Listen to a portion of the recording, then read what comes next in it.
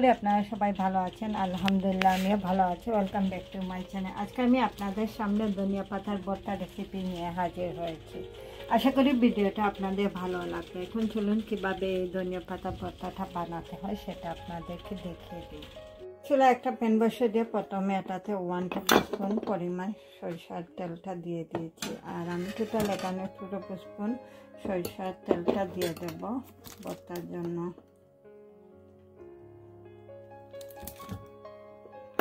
তেলটা দিয়ে দিয়েছি, একটু গরম হওয়ার জন্য অপেক্ষা করি। এটা গরম হয়ে দিয়ে দিচ্ছি আস্ত একটা রসুনের পেঁয়াজটা।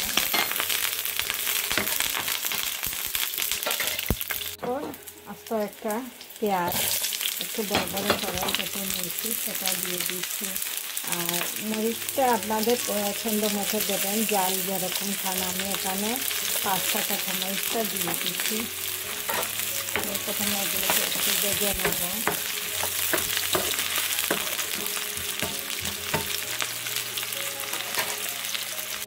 সব কিছু একটু ভেজে নিয়েছি। তারপর এখানে আমাদের গার্ডেনের ফ্রেশ কিছু ধনিয়া পাতা নিয়েছি 300 গ্রাম, যেগুলো দিয়ে রেখে দিয়েছিলাম, এগুলো দিয়ে দিচ্ছি।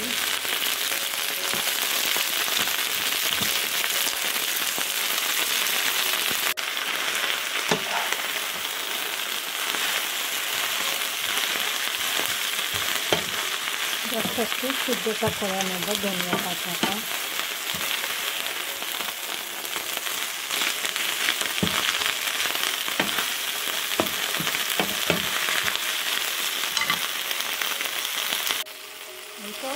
খুব বেশি সময় লাগবে না, এটা সিদ্ধ হয়ে যেতে, কুইকলি এটা সিদ্ধ হয়ে যায়।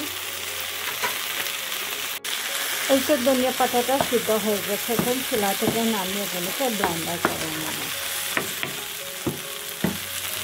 এর ভিতরে নিয়ে নিয়েছি। তারপর এটা আমি দিয়ে দিচ্ছি স্বাদ মতো একটু লবণ দিয়ে এখন এগুলোকে ব্লেন্ডার করে নিচ্ছি।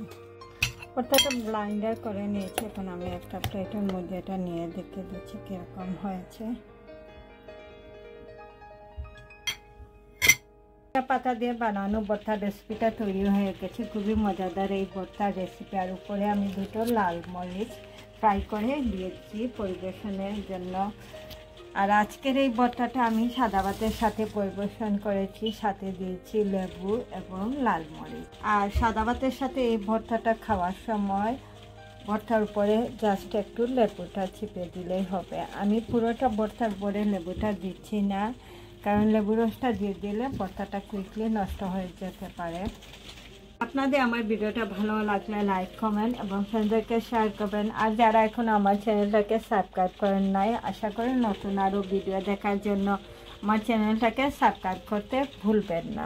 আপনারা আমার ইউটিউব চ্যানেলে আরও অনেক ভর্তার রেসিপি আছে। সিমের ভর্তা, পটলের ভর্তা, কাঁঠাল বিচির ভর্তা, লটকা শুটকির ভর্তা, চাইলে আপনারা সেগুলোরও ভিডিও দেখে নিতে পারেন।